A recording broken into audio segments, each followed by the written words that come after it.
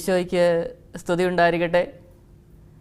ഈശോ മിശിഹായിൽ സ്നേഹം നിറഞ്ഞ goodness TV-യുടെയും goodness YouTube ചാനലിൻ്റെയും മാന്യ പ്രേക്ഷകരെ, കുരിശിൻ്റെ തണലിൽ ഷാഡോ ഓഫ് ദ ക്രോസ് എന്ന വചനപ്രഘോഷണ പരമ്പരയുടെ 27ാമത്തെ എപ്പിസോഡിലേക്ക് എല്ലാവരെയും ഏറ്റവും സ്നേഹത്തോടെ സ്വാഗതം ചെയ്യുന്നു.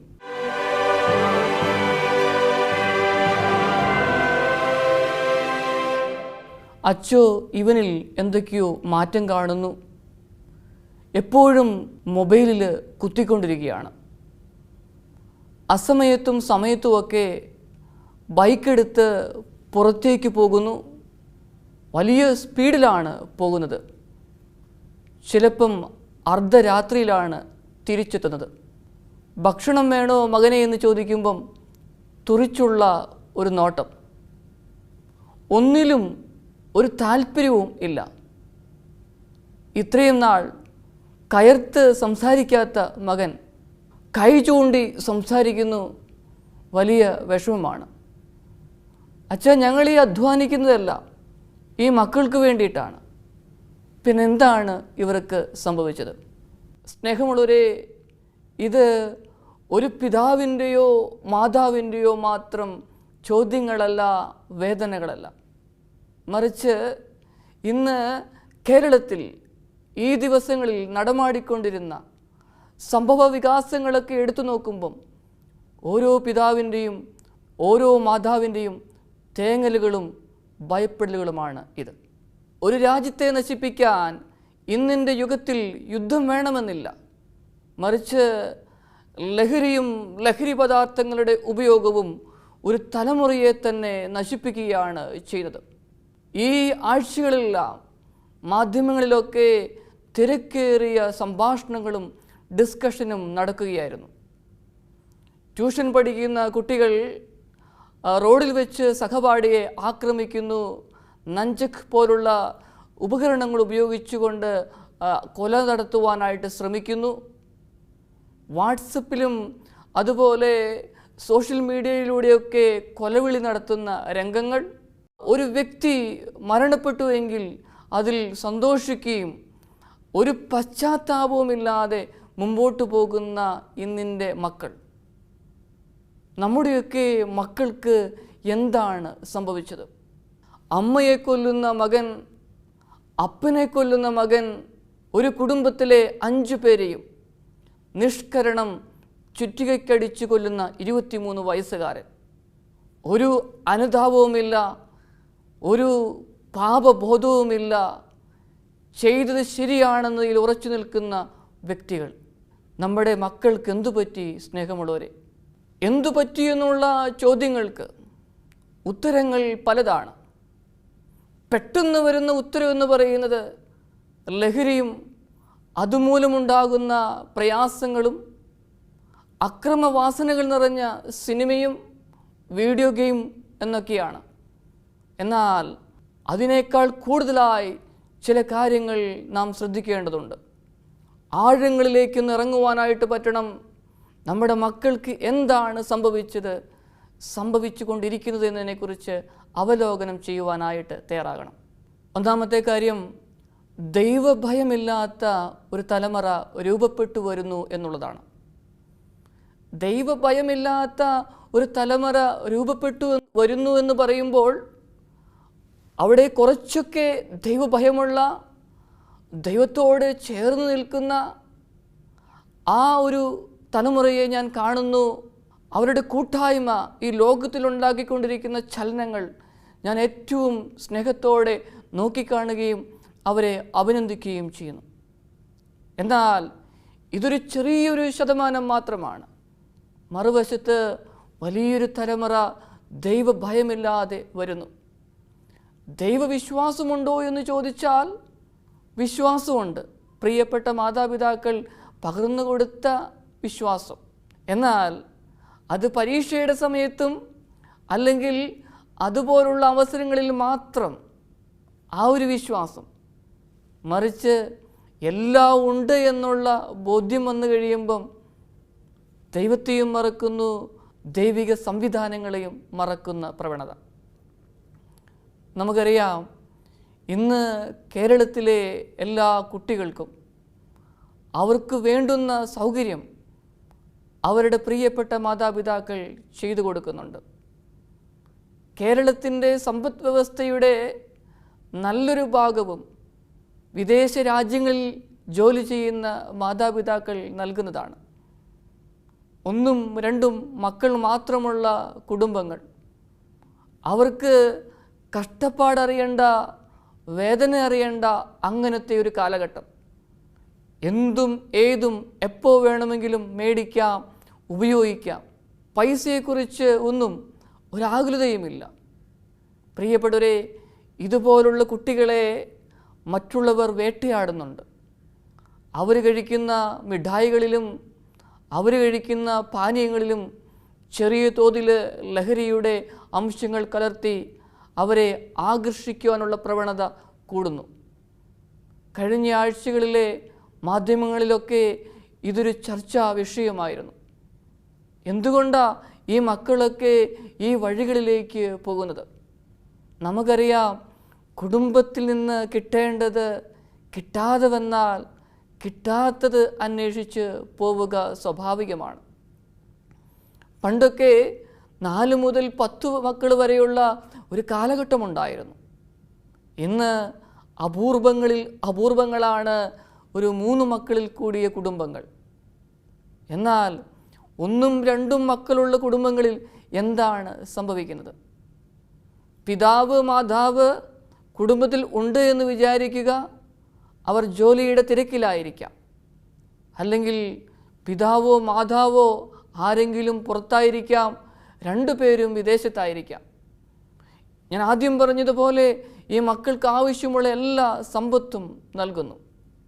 ഇനി ഒരു കൊച്ചു ജനിച്ചു വളർന്നു വരുന്ന കാലഘട്ടം ഒന്നെടുത്തേ.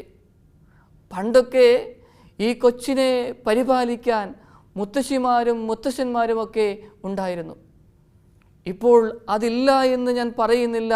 പക്ഷേ എല്ലാവരും സ്വതന്ത്രരാണ്, സ്വതന്ത്രമായ ജീവിതം നയിക്കുവാനായിട്ട് തയ്യാറാകുന്നു. അങ്ങനെ വരുമ്പം സ്വന്തം വീടുണ്ടെങ്കിൽ പോലും വേറൊരു വീടെടുക്കാനായിട്ട് വെമ്പൽ കൊള്ളുന്നു. അല്ലെങ്കിൽ വീട്ടിലെ ബുദ്ധിമുട്ടുകളും അസാരസ്യങ്ങളും നിമിത്തം വാടകയ്ക്ക് താമസിക്കുവാനായിട്ട് ശ്രമിക്കുന്നു. ഈ ഒരവസ്ഥ വരികയാണ്. അങ്ങനെ വരുമ്പം ജോലിയും നോക്കണം, ഈ മക്കളെയും നോക്കണം. എന്തു ചെയ്യും? 1 2 മക്കളുള്ളവരാണ് കൂടുതലായും ഈ വേദനയിലൂടെ കടന്നു പോകുന്നത്.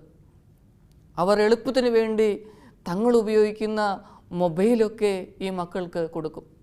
അങ്ങനെ വന്നു കഴിയുമ്പം ഈ മാതാപിതാക്കൾ എന്തൊക്കെ കണ്ടോ അതെല്ലാം ആ മൊബൈലിലും ലാപ്ടോപ്പിലും കമ്പ്യൂട്ടറിലും ഒക്കെ ഉണ്ട്.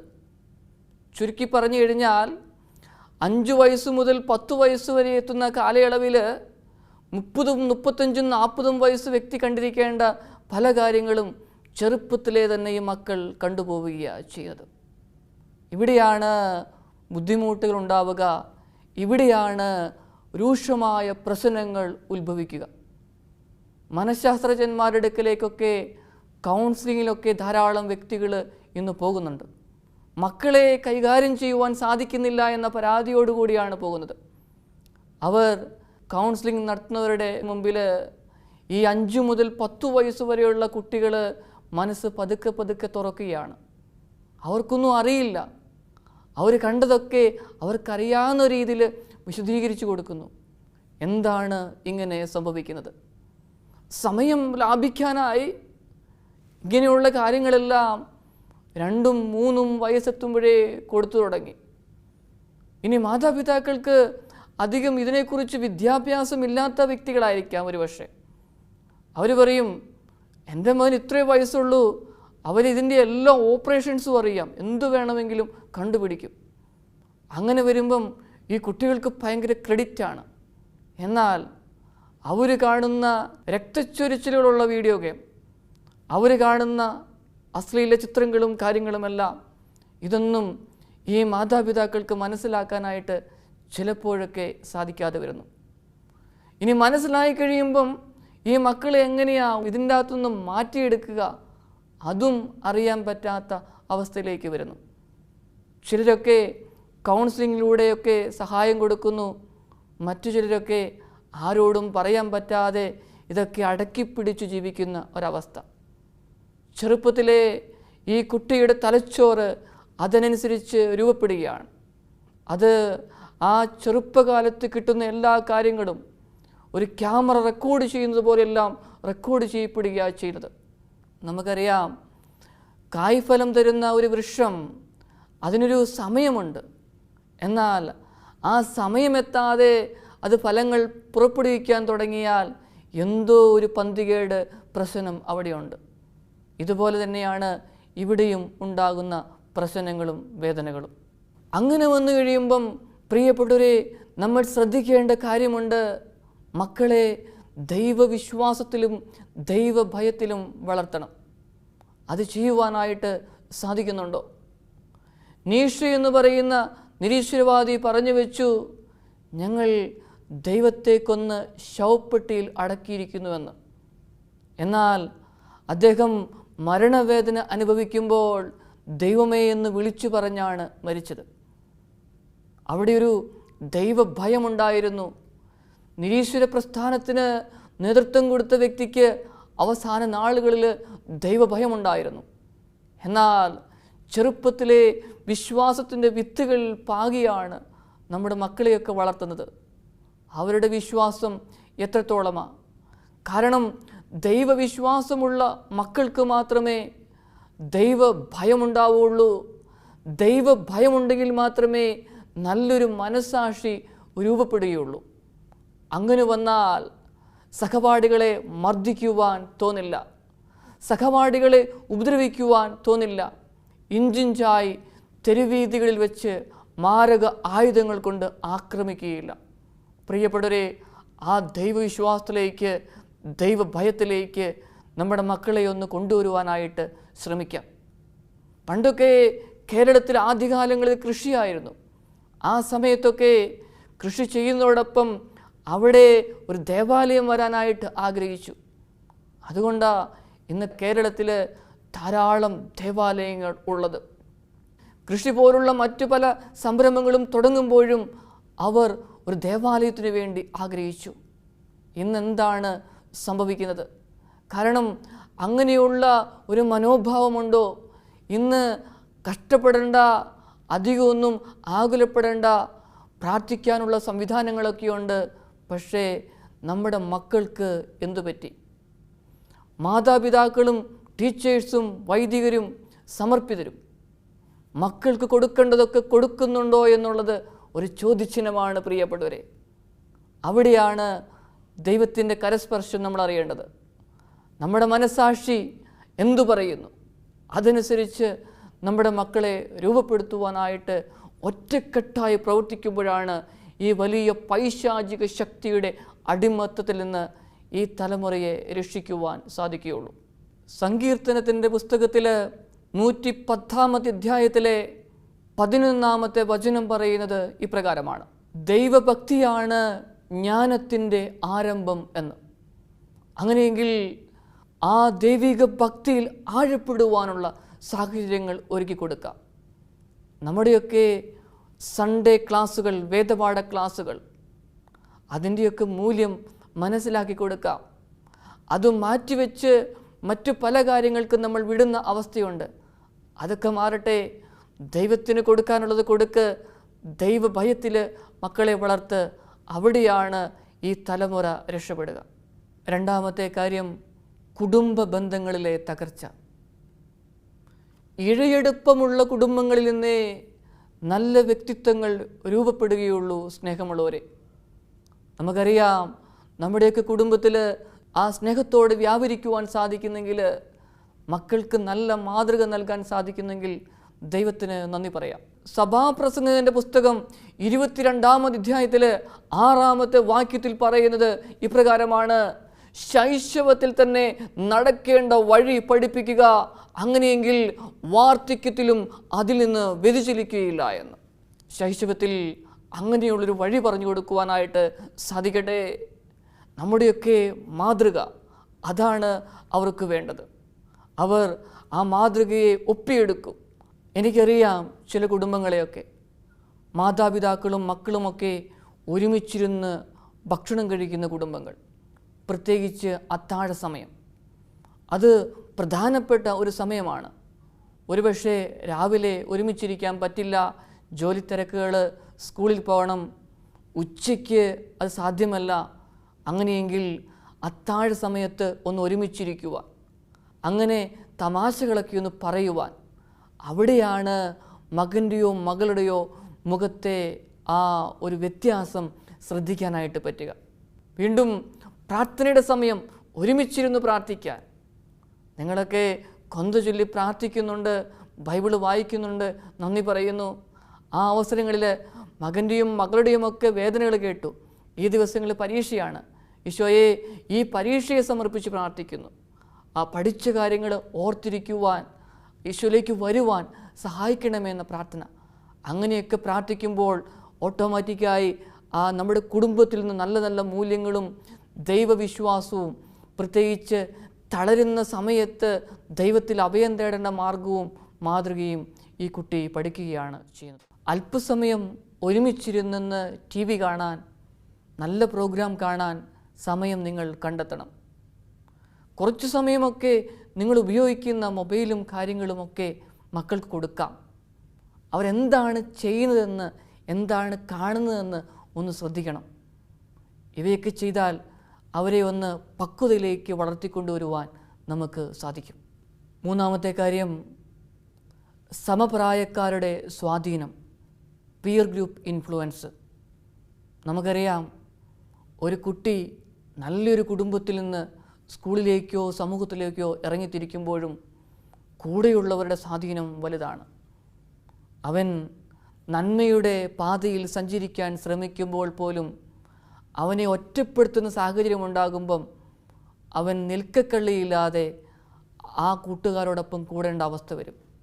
അങ്ങനെയെങ്കിൽ വീട്ടിൽ ചെന്ന് എല്ലാം തുറന്നു പറയാനുള്ള ഒരു സാഹചര്യമുണ്ടെങ്കിൽ അവനോ അവളോ വീട്ടിലെത്തുമ്പോൾ മാതാപിതാക്കൾ ഈ സങ്കടങ്ങൾ കേൾക്കുകയും പെട്ടെന്ന് ഉചിതമായ ഒരു തീരുമാനം എടുക്കുകയും ചെയ്യുമ്പോൾ അവിടെയാ വിജയം ഉണ്ടാവുക. കഴിഞ്ഞ ആഴ്ചകളിൽ മാധ്യമങ്ങളിൽ വന്ന ഒരു വാർത്തയുണ്ട്. 9ാം ക്ലാസ്സുകാരി സോഷ്യൽ മീഡിയയിലൂടെ ഒരു യുവാവിനെ പരിചയപ്പെടുത്തുന്നു. ആ യുവാവ് ചോക്ലേറ്റിലൂടെയും അതുപോലുള്ള ഭക്ഷണ പദാർത്ഥങ്ങളിലൂടെയും പതുക്കെ പതുക്കെ ഈ 9ാം ക്ലാസ്സുകാരിക്ക് ലഹരി നൽകി. അവസാനം ഈ പിതാവ് ഇത് മനസ്സിലാക്കിയാണ് ചെയ്യുന്നത്.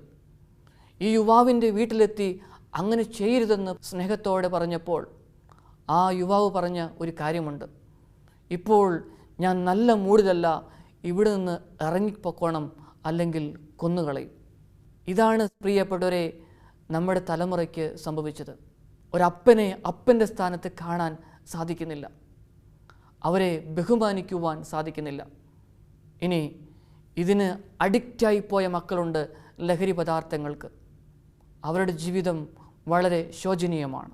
കാരണം അടിമപ്പെട്ടു പോയി കഴിഞ്ഞാൽ തിരിച്ചു വരിക എന്നുള്ളത് വലിയ പ്രയാസമുള്ള കാര്യമാണ്.